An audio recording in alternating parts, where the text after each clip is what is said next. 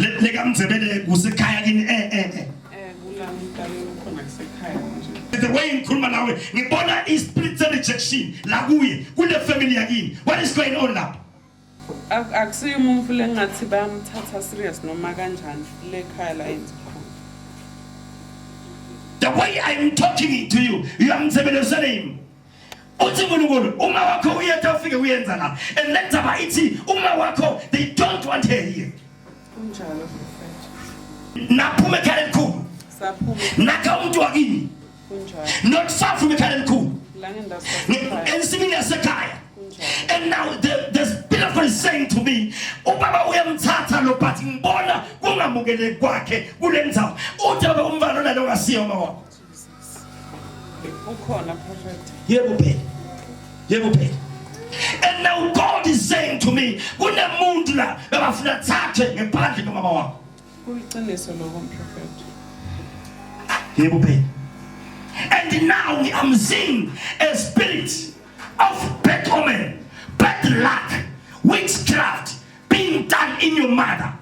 And now, as you're going today, nothing is working out for you. Go to the Lunga with million day. In the bunch of mama way. I gonna shine.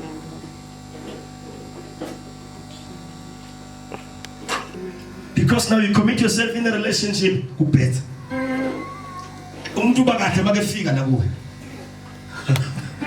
I'm seeing God changing your story. In the name of Jesus Christ. There's something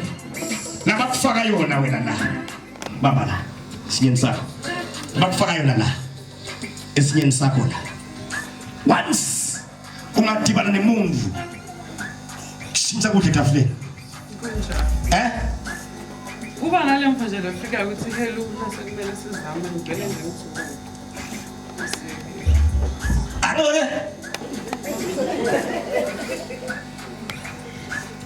kuna something labamfaka lona ila lento iphila la kuyena.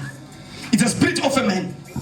The way things are, once he commits himself like in a relationship, lo muntu loyo uba mnanzi when they meet at first, then the time never be intimate, it's when the story begins. that's true. But I'm seeing a man. Are you hearing me? I'm seeing a man, and I'm seeing you are in a relationship with him. But I don't understand the way you separated. Then nothing to yebo. And lo muntu ngimbona ugcine uthi wena uyabonana. Uyawukana until you come back to him.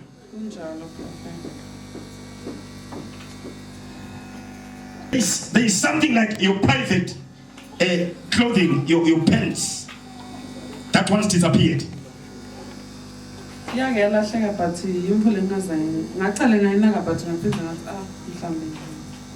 They took it for ritual purposes. But lawyer, but God is here today.